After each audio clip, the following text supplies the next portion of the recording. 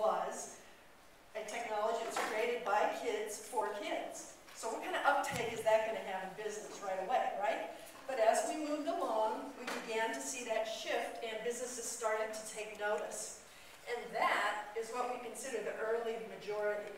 The early majority, we're now in this third wave where we're accepting it. And the auto industry really looks like you guys are powering along in it, much further along than even some other industries.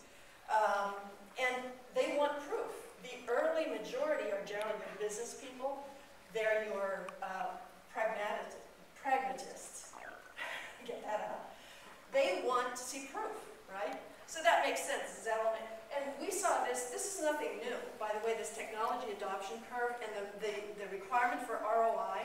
Dr. Natalie and I did this back in the CRM days. When people went, CRM, we're not implementing that across the enterprise. What are you, crazy? It's big, a big cost. Prove it. And I know you're smiling, so I think you can relate to that. So it's the same thing all over again. And it's very exciting for us to be in this space right now to see that that's really where we are. And you guys will be the early majority pushing this forward into these C-suites and executive suites as we move forward.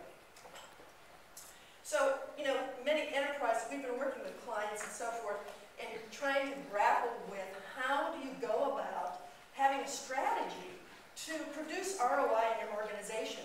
Many people just think, well, let's just throw up a Facebook page, or let's just throw up a Twitter account, and that's the same style of marketing and advertising that we've known before the push, right?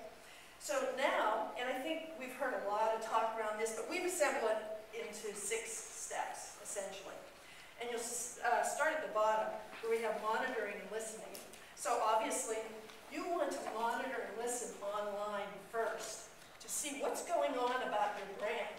You do not want to engage in a social media strategy right away, because we actually had a client who did that, and we found inherent service problems out online regarding their brand.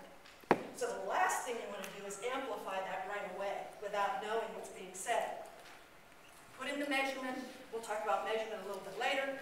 Understand your audience. I was at the Subaru presentation yesterday, and Subaru, fantastic job of knowing their audience.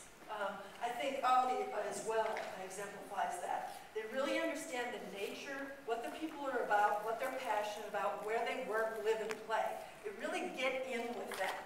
And so that's really very important. Next is content, content, content. We've heard about that. How do you create compelling content? The next part is interaction and engagement actions. Now, we add the engagement actions because that is the part that's going to get you ROI. It's not just interaction. You and I can talk, but if there's no action afterwards, there's no value, you see. So the action begets the value.